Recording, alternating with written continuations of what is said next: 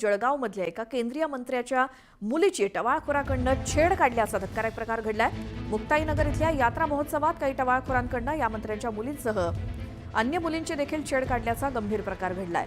धक्कादायक बाब म्हणजे या टवाळखोरांकडनं मंत्र्यांच्या सुरक्षा रक्षकांना सुद्धा धक्काबुक्की करण्यात आली। या गुंडांवर कारवाई करण्याच्या मागणीसाठी हे मंत्रीच पोलीस ठाण्यात पोहोचले।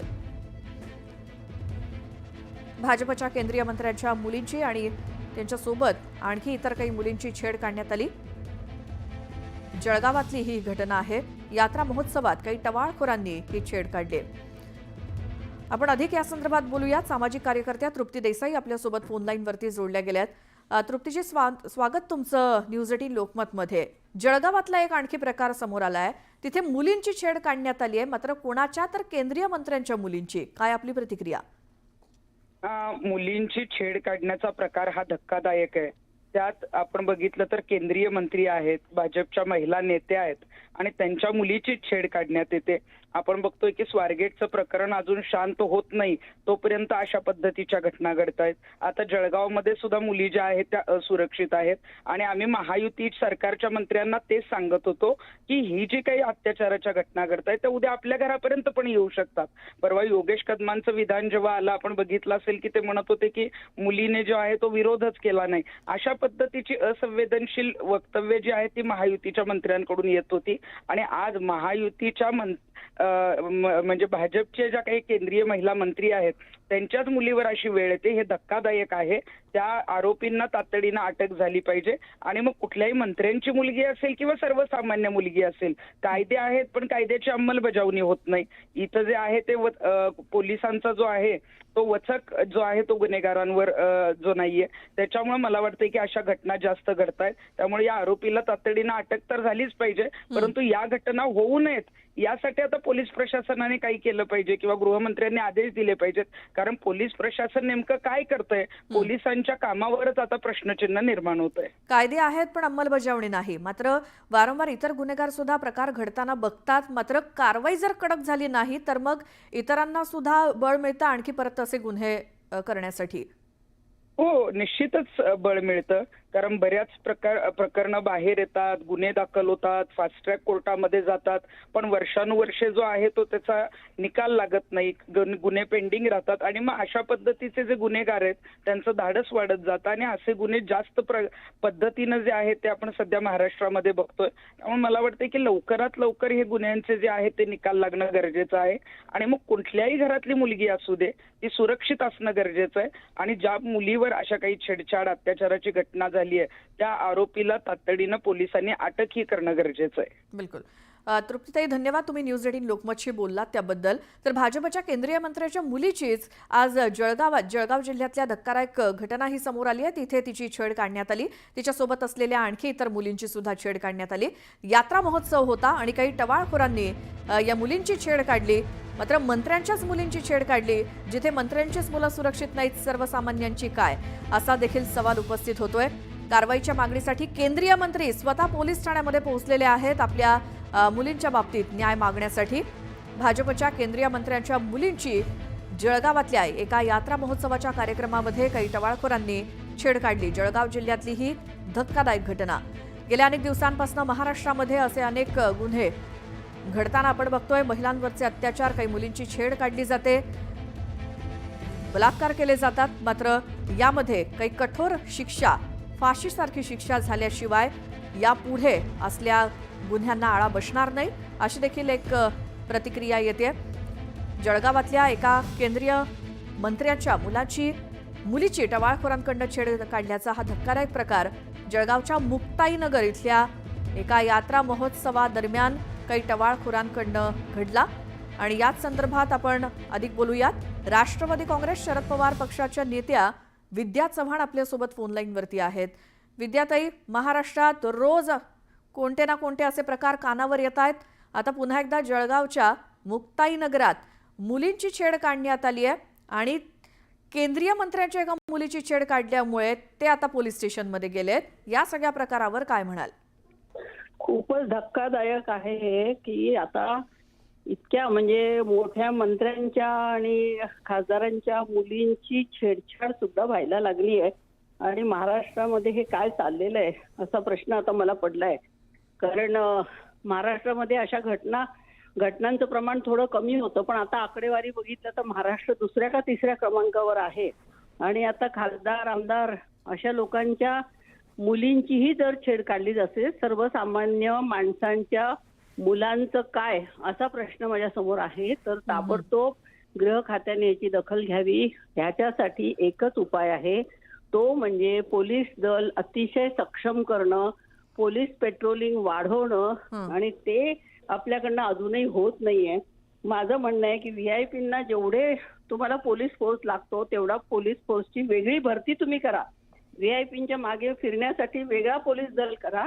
आणि जो महाराष्ट्राचा पोलीस दल आहे तो पूर्णपणे म्हणजे त्यातला 50% पोलीस तरी निदान पोलीस पेट्रोलिंगसाठी फिरवले पाहिजे. पोलीस स्टेशनवर अनेक गुन्हे नोंदवले जातात, पण पोलीस इतके लाईटली घेतात.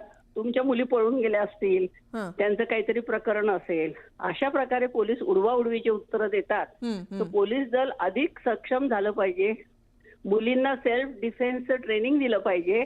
आणि मुलांना अभ्यासक्रमामध्ये हे जे कायदे कडक झालेले आहेत, हे कायदे याच्याने तुम्हाला शिक्षा होऊ शकते, हे तुम्ही एवढं लाईटली घेऊ नका. मुलींची छेडछाड करणं, मुलींवर अत्याचार करणं, ह्या सगळ्याचं हे सगळे प्रकार हे भारतीय न्याय संहितेच्या आत आहेत आणि तुम्हाला याच्यावरती कडक शिक्षा होऊ शकते. तुमचं सगळं पुढचं भविष्य काळकुट्ट अंधकारमय होऊ शकतं. हे त्या मुलांना अभ्यासक्रमातनं सांगितलं पाहिजे, तरच हे कुठेतरी कमी होईल. पण आपल्या इथे ह्या सगळ्या गोष्टींकडे पूर्ण दुर्लक्ष केलं जातंय आणि त्याविषयी गृह खातं काहीही बोलायला तयार. बिलकुल. विद्याताई, धन्यवाद तुम्ही दिलेली प्रतिक्रिया. आणि सरकारला फार चांगला सल्ला दिलाय विद्याताईंनी की जे काही कायदे आहेत त्याचा अभ्यासक्रमामध्ये समावेश करा, जेणेकरून मुलांना ते कळतील की जर काही गुन्हे केले तर आपल्यावरती कशी कारवाई होईल. या संदर्भात आपण अधिक बोलूयात. राष्ट्रवादी काँग्रेसच्या नेत्या रुपाली पाटील ठोंबरे आपल्यासोबत आहेत. रुपालीताई, वारंवार महाराष्ट्रामध्ये असं घडतंय, काय कारण त्याचं, म्हणजे असं का? आणि त्यावरती आता इतर पक्षातल्या म्हणजे तुमच्या विरोधी पक्षातल्या महिला नेत्यांकडनं आता तुम्हाला सल्ले दिले जात आहेत की काय करायला हवं आणि काय नाही. नाही, एक लक्षात घ्या, या विकृतीवर कायद्याची जरब बसलीच पाहिजे. आपले कायदे हे सक्षम आहेत, परंतु त्या जे विकृत या पद्धतीने महिलांची छेडछाड करतात, त्यांना त्रास देतात, त्यांच्यावर जोपर्यंत कायद्याची जरब म्हणजे कायद्याची भीती बसत नाही तोपर्यंत हे विकृत गुन्हेगार किंवा हे जे काही छेडछाड करणारी वृत्ती आहे ना, ही थांबणार नाही. आणि आमच्या विरोधातील आमच्या भगिनींनी सहकाऱ्यांनी जो विद्याताईंनी सांगितलं की खरंच हे कायदे पाठपुस्तकात कॉलेजच्या पुस्तकात येणं गरजेचं आहे. आपण मजेसाठी किंवा एखाद्या स्त्रीला छेडतोय, तिला नाहक त्रास देतोय, तर त्याची आपल्याला मोठी भरपाई करावी लागणार आहे. त्याच्याने आपल्यावर गुन्हे दाखल होणार आहेत, आपल्याला शिक्षा होणार आहे. या सगळ्या गोष्टी आता त्या पुरुषांवर बिंबवणं गरजेचं आहे. आणि कुठल्याही एक लक्षात घ्या, आमदारांची पोरं असू द्या, खासदारांची पोरं असू द्या, नाही तर सर्वसामान्य जनता असू द्या, कायदा हा सर्वांसाठी आहे. आणि सर्वच म्हणजे काय, सर्वसामान्य माता भगिनी असू द्या, नाही तर कुण्या खासदार आमदाराच्या महिला भगिनी असू द्या, त्यांच्यासाठी ही सक्षम यंत्रणा राबवण्याचं काम हे नक्कीच गृहमंत्री आमचे जे आहेत ते त्यांच्या विभागातनं पोलिसांना आदेश दिलेत. तुम्ही जर बघितलं असेल की ही जी गुन्हेगारी आहे, या ज्या त्या एज मधली जी पोरं आहेत ती 25, 30, 35 मधली आहेत आणि त्यांना असं वाटतं की आपण समोरची मुलगी आली, तिला वाटेल जरी काही केलं तर आपल्याला काही होत नाही. त्याच्यामुळे नक्कीच या लोकांवर कायदेशीर जरब बसवण्यास पोलीस यशस्वी होतील आणि कुणालाही अशा पद्धतीची मोकळीक दिली जाणार नाही, हा संदेश दिला जाईल. त्यामुळे आणि जे कोणी आरोपी याच्यामध्ये आरोपी आहेत, ज्यांच्यावर गुन्हा दाखल झालाय, त्यांना लवकरच अटक करणं गरजेचं आहे. मी पुन्हा सांगते, जरी याच्यामध्ये कुठलेही खासदार आमदारांच्या मुलीबाळींवर बहिणींवर जरी झालं असेल तरी त्यांना ही अपेक्षा सर्वसामान्यासारखी असते की गुन्हेगाराला अटक व्हावी. हे आपण लक्षात घेतलं पाहिजे. याच्यामध्ये वर्गीकरण करू शकत नाही. रुपालीताई, मात्र हे अंमलात कधी येणार? तुमच्याच मित्रपक्षाच्या एका मंत्र्याला आपल्या मुलीच्या आणि तिच्या मैत्रिणीच्या न्यायासाठी पोलीस स्टेशन गाठावं लागलंय. एक लक्षात घ्या, जेव्हा ही घटना घडते किंवा जे गुन्हेगार किंवा विकृत गुन्हेगार प्रवृत्तीची लोक ही छेड काढतात, तेव्हा पोलीस स्टेशनच हे सक्षम यंत्रणा आहे की तिथे जाऊन तक्रार करावी लागते. मग त्या म्हणजे ज्या आमच्या मित्र पक्षातल्या लेकीवर, आमच्या मुलीवर ही घटना घडलेली आहे, निश्चितच ती सर्वसामान्यावर घडल्यानंतर सुद्धा पोलीस स्टेशनमध्ये जावं लागतं आणि पोलिसांना त्या घटना सांगितल्यानंतर निश्चितच त्या गुन्हेगारांवर कारवाई केली जाईल. तू आत्ता समजा ही घटना कधी झाली आहे हे मला तुमच्याकडनं कळलेलं नाहीये. ती जर आज झालेली असेल, सकाळी किंवा काल झालेली असेल, किंवा ते आज जर पोलीस स्टेशनला गेले असतील, तर तुम्हाला या दिवसभरामध्ये ते जे आरोपी आहेत ते आयडेंटिफाय करून त्यांना अटक केली जाईल. परंतु ज्या आमच्या मित्र पक्षातल्या आमदार किंवा ज्या कोणी आहेत आमचे सहकारी, त्यांचं काम म्हणजे त्यांना त्या लोकांना गुन्हा शिक्षा देण्यासाठी पोलीस स्टेशनला जाणं क्रमप्राप्त आहे. त्याच्यामुळे आमदार पोलीस स्टेशनला गेले ही काही मोठी बातमी होऊ शकत नाही. परंतु ती विकृती थांबवण्यासाठी तो आमदार त्या पोलीस स्टेशनमध्ये गेला, हे त्याच्या सक्षमतेचं आणि त्याच्यावर कायद्यावर असलेल्या विश्वासाचं प्रतीक आहे, हेही आपण लक्षात घेतलं पाहिजे. हो, ही गोष्ट मान्यच आहे. मात्र जर छेड काढलीच नसती तर जाण्याची वेळ आलीच नसती.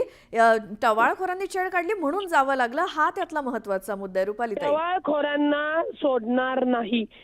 जे टवाळखोर आहेत त्यांनी आता ही समजा आपल्यासमोर ही आलेली घटना आलेली आहे, त्यामुळे पोलीस खातं त्या टवाळखोरांना अटक करून पुन्हा आपल्या भागात, शहरात ही घटना घडणार नाही याची जबाबदारी नक्कीच यंत्रणा घेईल.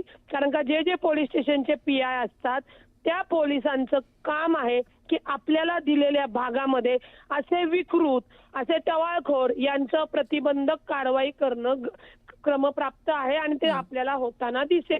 बिलकुल. रुपाली ताई, खूप धन्यवाद. तुम्ही न्यूज 18 लोकमतशी बोललात, आपली प्रतिक्रिया दिलीत त्याबद्दल. तर जळगावच्या मुक्ताईनगरमध्ये एका यात्रोत्सवादरम्यान काही टवाळखोरांनी काही मुलींची छेड काढली.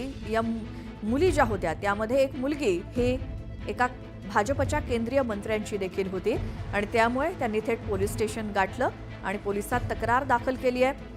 या टवाळखोरांवरती कारवाई व्हावी अशी मागणी करण्यात आली आहे. महाराष्ट्रामध्ये गेल्या काही दिवसांपासून दररोज अशा काही छोट्या मोठ्या घटना समोर येत आहेत आणि त्या संदर्भात तक्रारी दाखल होत आहेत.